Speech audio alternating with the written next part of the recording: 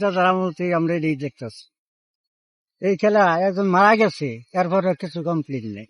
আসসালামু আলাইকুম।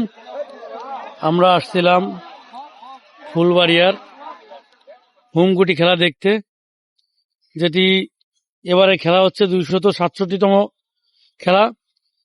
দেখেন বলটা নিয়ে যাওয়ার সময়, গুটিটা নিয়ে যাওয়ার সময় মানুষের পায়ে কিভাবে পিষ্টে এই গম গাছগুলি কি অবস্থা দেখুন। এখানকার যে কৃষক আমার জানা মতে উনি তারপরেও কোনো কমপ্লেন করবে না, কারণ এটি একটি ঐতিহ্যবাহী খেলা, শতাব্দী ধরে চলে আসতেছে।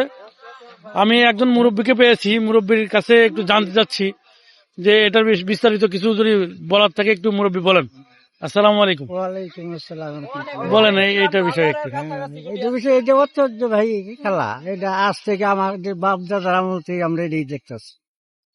এই খেলা একজন মারা গেছে, এরপরে কিছু কমপ্লিট নেই। কোনো কমপ্লেন নেই, কোনো কমপ্লিট পরিবার থেকে কিছু বলে না, নাই? কোনো কিছু না। মারা গেছে কতজন? একজন মারা গেছে, একজন।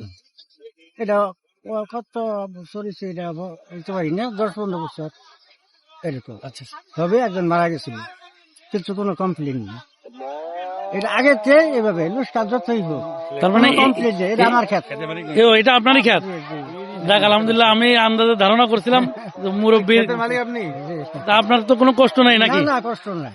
যাক আলহামদুলিল্লাহ, এই যে এলাকার এত ঐতিহ্য, লক্ষ লক্ষ টাকার লেনদেন হচ্ছে, বিভিন্ন জায়গার লোক আসতেছে। যাক কাকা ভালো থাকেন, আজান দিয়ে দিয়েছে তো।